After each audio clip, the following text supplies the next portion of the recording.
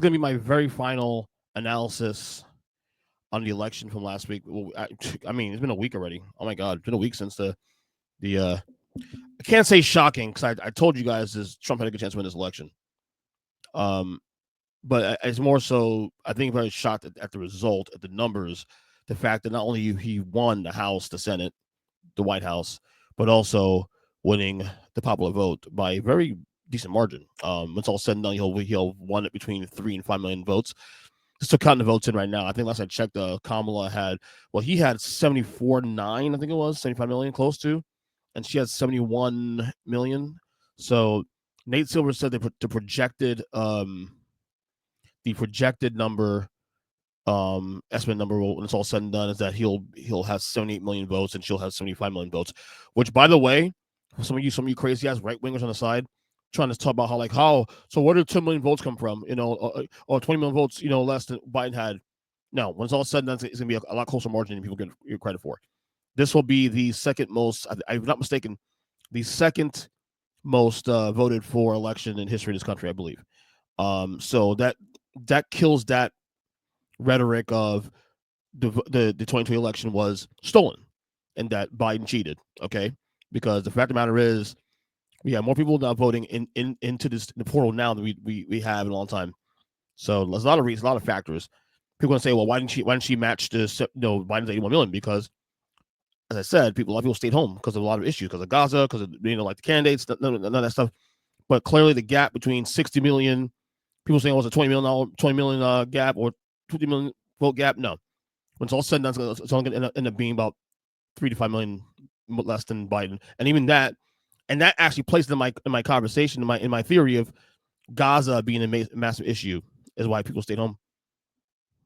So and also not they don't like the candidate, or like the party.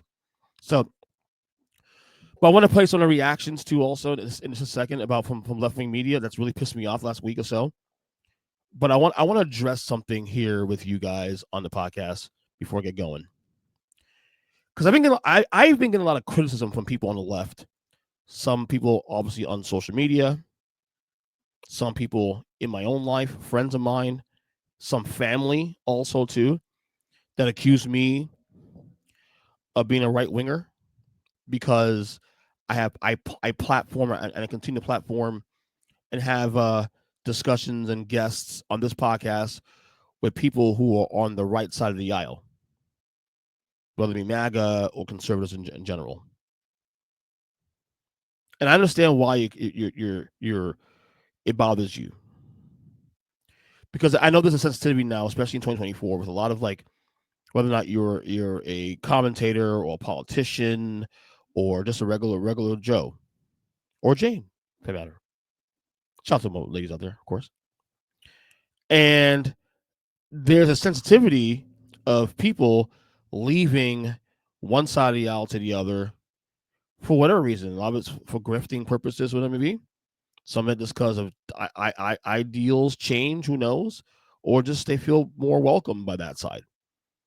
I've been critical of some people publicly who've done this, Tulsi Gabbard, RFK Jr., although I would argue their gripe is actually a little more acceptable to me because of the fact that they have issues with the party itself, with the Democratic Party, in which they got screwed, which I agree with. They got screwed by the party. But my criticism for them leaving was more so the ideals. The ideals changed too also with it. But that's neither here nor there.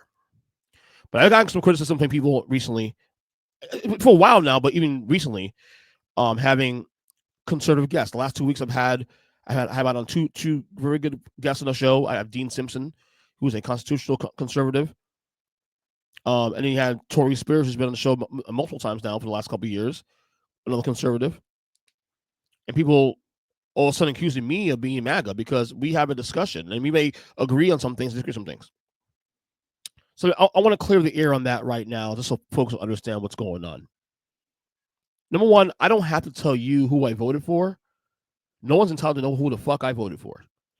Let's be clear about that right now. Okay? Now, for transparency purposes, I'm going to tell you right now, I did not vote for Donald Trump. Okay? I have never voted for Donald Trump in any of these elections in 2016, in 2020, in 2024.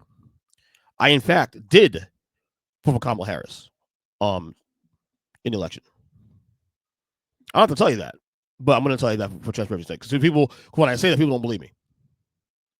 Okay, I didn't have it on my phone, but of course, it's illegal to show it publicly because if you do that, But I vote Kamala Harris. Now, that said, I do and always have criticisms for Kamala Harris and her campaign. I did say she ran a good campaign, not bad, a good one, a B+. Okay, there were some flaws, of course, but when you consider the short notice that this came about in 3 month span, a little over 3 months, you gotta give some credit there. But there's some criticism, and I think the problem is people say that I don't push back enough on conservatives that I platform my show, which again I disagree with to some degree. I'm not yelling at people. We're having a conversation about things. I want to know the perspective, and vice versa. I don't know mine. So I don't agree with that assessment. Okay, but let me tell you something right now. This is my goddamn show.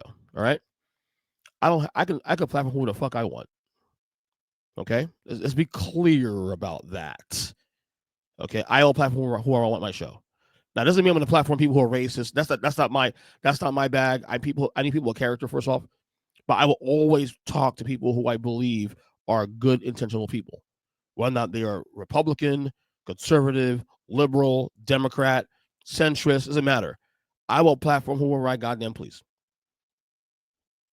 Okay, I ain't changing. I am this person. I've always been this person, and I will always be this person moving forward. Okay? This is who I am. I love people.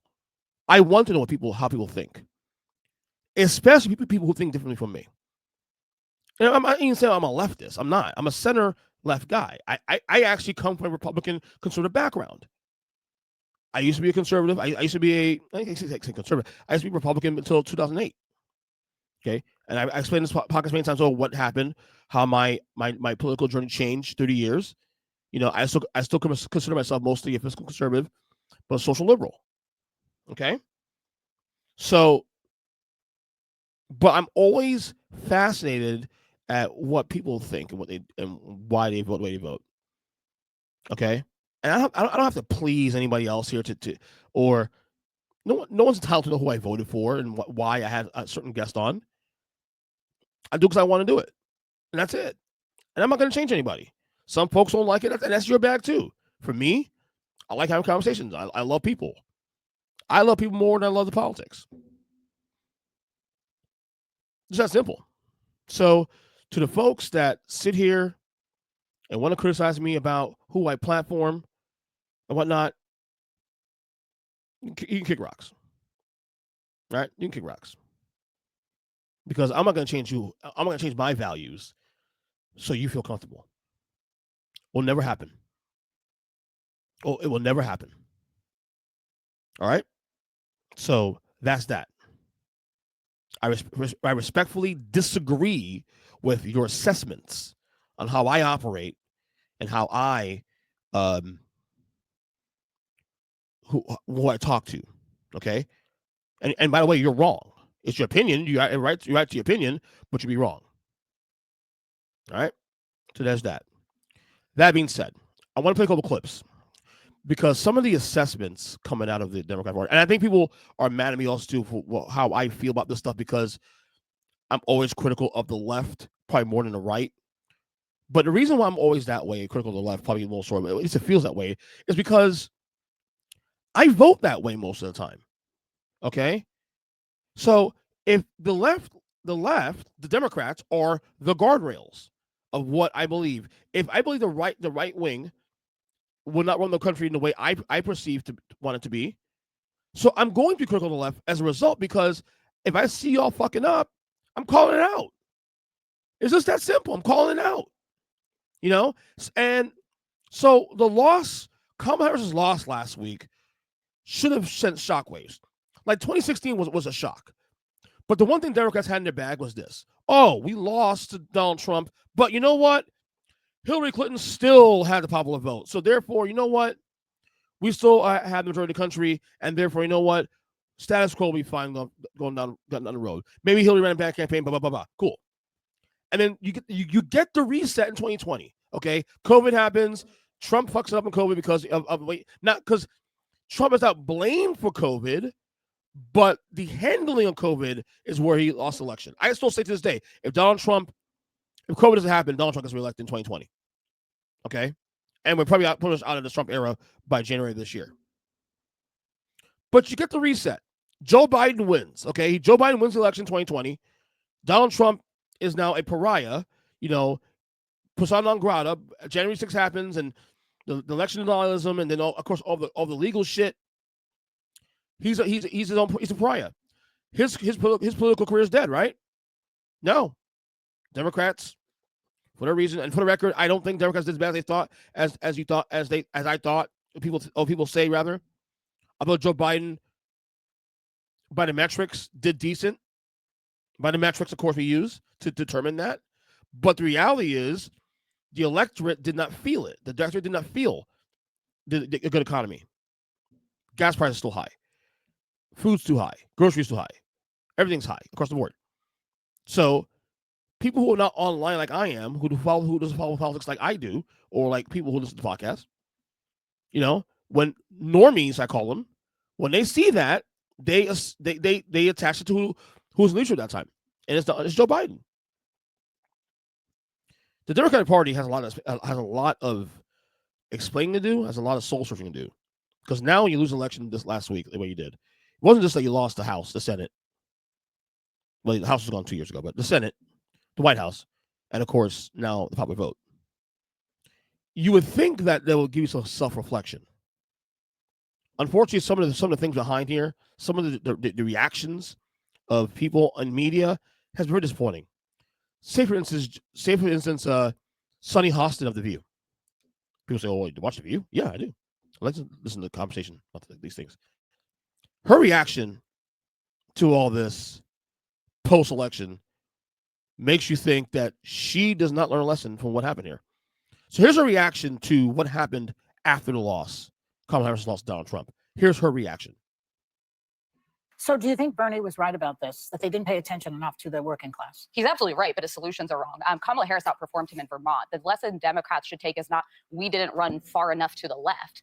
They lost rural voters. They lost working class voters. And listen, I was someone who I'm recognizing, reflecting on this election. I had the privilege of saying I'm voting on democracy because I'm a high income earner. If your check engine light is on and you've got bills piling up on the table, you're not thinking about democracy. You're not thinking about the war in Ukraine. You're thinking about how will my life be better tomorrow? And the reality is this, we all sat around kind of wondering who is the swing voter that will decide this election? And a lot of folks thought it was women and abortion. No, it turns out it was people in the suburbs who are like, I can't stand Donald Trump's personality. I don't like how he talks, but my life was better off economically when he was president. And I'm struck by this. But that's the middle class.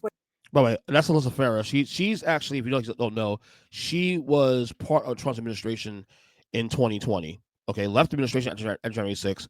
Actually endorsed Kamala Harris last week, the day before the election, the day of the election, rather. She voted R down ballot apparently, but she endorsed Kamala Harris as a result. And she's dead on here. She's dead on the reason why. And what happened? The reason why all this happened. We're talking about the working. I'm talking broadly. Yeah. He was not just the working class that he won. He also got the largest share of young voters for Republicans since 2008. That was the height of the financial crisis. Young voters, maybe they care about Gaza, maybe they care about student loans, but to be honest, 2/3 of this country doesn't even get to go to college. They were thinking, am I going to have a job? Am I going to be able to afford the life that I want? And finally, suburban women, sure, they definitely care about abortion. They also care that they're paying to send their kids to college and their graduations are being canceled because there's protests everywhere and because people are out in the streets demonstrating over a war somewhere else rather than just being able to educate their kids. There is so much room for self-reflection from the Democrats, and I hope they have it. Every time Joe Biden bragged about how good the economy is, another vote of someone struggling went to Donald Trump. All right. You think what she said there would be, hey, that's common sense. Yeah, that makes sense. That should be, that should be what, self-reflection, the whole nine, and explaining where the Democratic Party went wrong and the disconnect. Anybody else? I disagree. All right. I think that I'd like to reframe the conversation. I think Bernie Sanders is wrong. I think the more relevant question actually is what is wrong with America? By the way, they mentioned Bernie Sanders because Bernie Sanders actually was critical himself of the Democratic Party, saying that basically the Democratic Party has now lost the working class. So, for the record. I think what is wrong with our country that the Republican Party would choose as a candidate and support a candidate who is an insurrectionist, who is an election denier, who is someone who is twice impeached, 34-time convicted felon. All things true. All things true. But at the same time,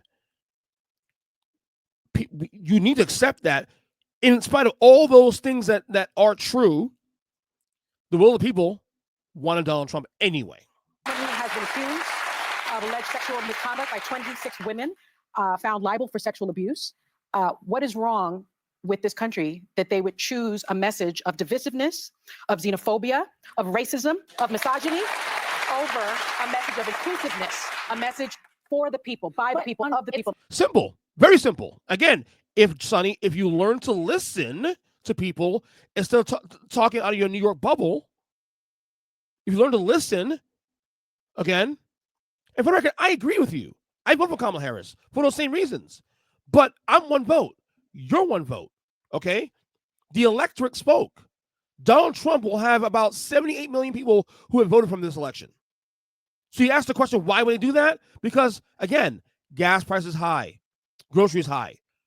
Whether or not it's Joe Biden's fault or not, okay? It doesn't matter. That's why.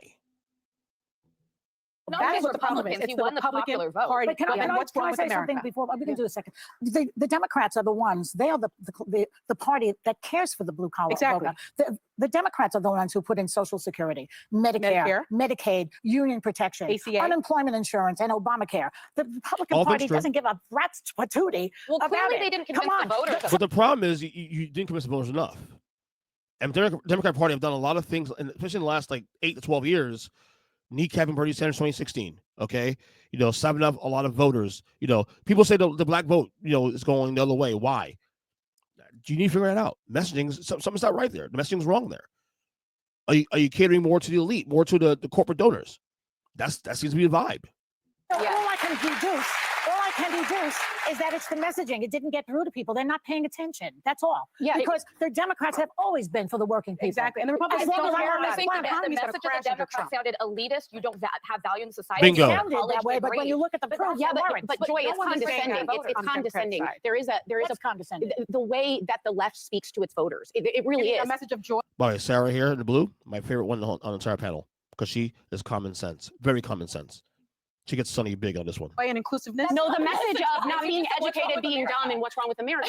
Who said that? Sonny just did. What is wrong with Joy, America? my We point don't here think is that's that very That's not what introspective. Kamala Harris said. No. That's what I'm saying. My point is, I don't blame Joe Biden. I don't blame Kamala Harris.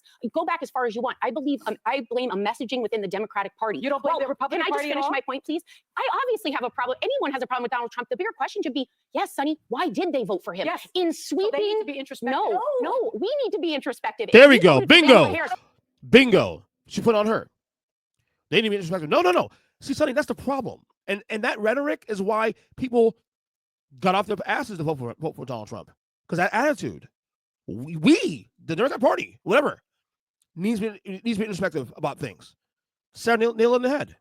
we need to say what didn't resonate with the voters. You know what didn't resonate with the voters? When they were saying we don't feel safe and the left focused on defund the police and bail reform. Yeah. When they said we're worrying they about, also can I just focused on finish? gun Let me control. just finish real quickly. When they were focused on It's only renaming, an hour show, ladies. Joy, when they were focused on renaming schools, there were people saying, hey, students are destroying colleges. I paid for that. I sent them there. They can't learn. And everyone apologized for it and didn't want to attend to it. They also denied the border was a crisis and kept saying, no, it's fine. This is not a. There was a border bill, though. There was a border bill. Yes, Yes, but Joy, my point is they screened. They didn't vote for him because he's a racist or a misogynist. They voted because they needed help in their everyday lives. But Sarah, They they make the voted majority for of How this do you know country that? because There's a lot of- every stat coming out on the people willing to self-reflect are showing these. Oh, wait, they're going to say I'm a racist and misogynist in the exit poll? You I don't really think so. 74 million Joy, people are racist? who's gonna say that? Every racist and misogynist voted for Donald Trump. Not everyone that voted for Donald Trump was a racist and misogynist. I agree with that. Everyone swept. They That's right. swept every category, and the reason they did is to say, "Hey guys, no excuses this time." Yeah. Look, They lost everything. There's still half country the that country allows that doesn't us To agree with me, it. it's lazy, in my opinion, to pin all this. First off, pin the reason why she lost on, put it on the fact that she is a woman, a black woman, in fact. Now, is there misogyny involved in that? Absolutely, there is. Not without question. But to me, it's lazy. What you're doing there when you do that is you're letting the Democratic Party off the hook. Okay, listen to this here. Joe Scarborough, on MSNBC, and mostly I think it's his wife, Mina. Here's their take on this. And again, they missed the mark here. Told missed the mark here on why they lost.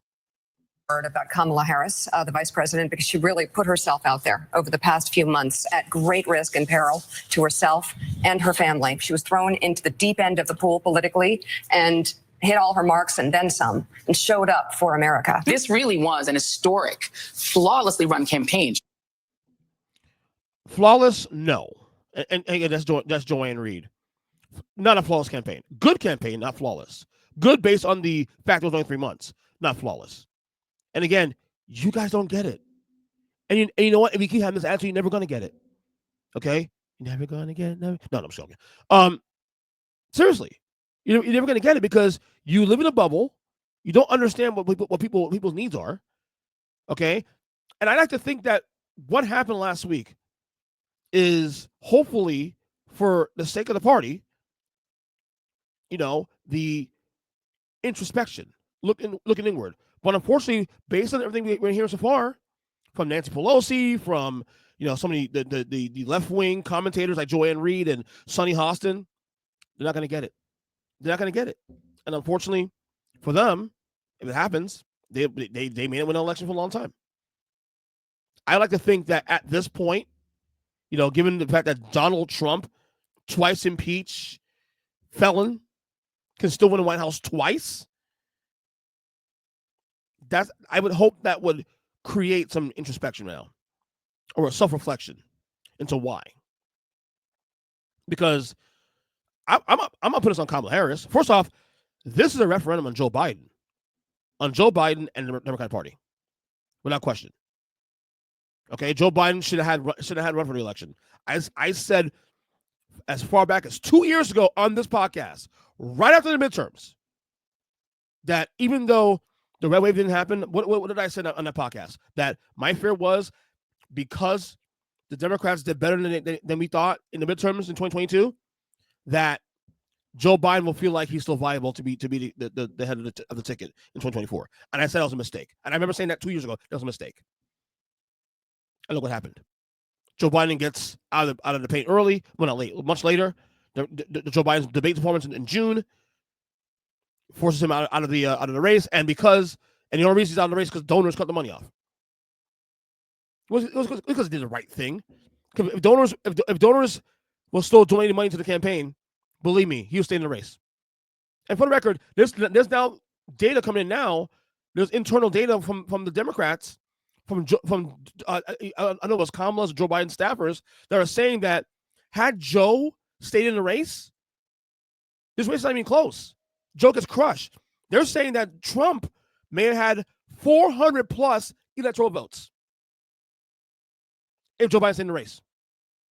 So again, the Democrats continue to shoot themselves in the foot. And then you wonder why I'm always hard on Democrats. This is why. Because a lot of these things that a lot of these mistakes they make are easily fixable mistakes. But they continue to drop the ball every time over. Every time. So, you know what? But that's my last postmortem election talk on this podcast. I'm glad it's over. Although we're going to have another 4 years Donald Trump, which means a lot of content. I'll tell you what, Donald Trump, I didn't vote for the guy, but for this show and for me as a content creator, he's good for me. And yeah, I didn't vote for him. That says where my priority is at still. That despite some of you idiots out there that think that I voted for Donald Trump or I'm MAGA because I'm having conversations with friends of mine who are or people are conservatives. I voted for Kamala Harris. I didn't go third party. I didn't go Joel Stein and Cornel West. I didn't stay home. I didn't vote for Trump. I voted for Kamala. But you still worry about who I voted for. Fuck out of here, dude. That's the show today.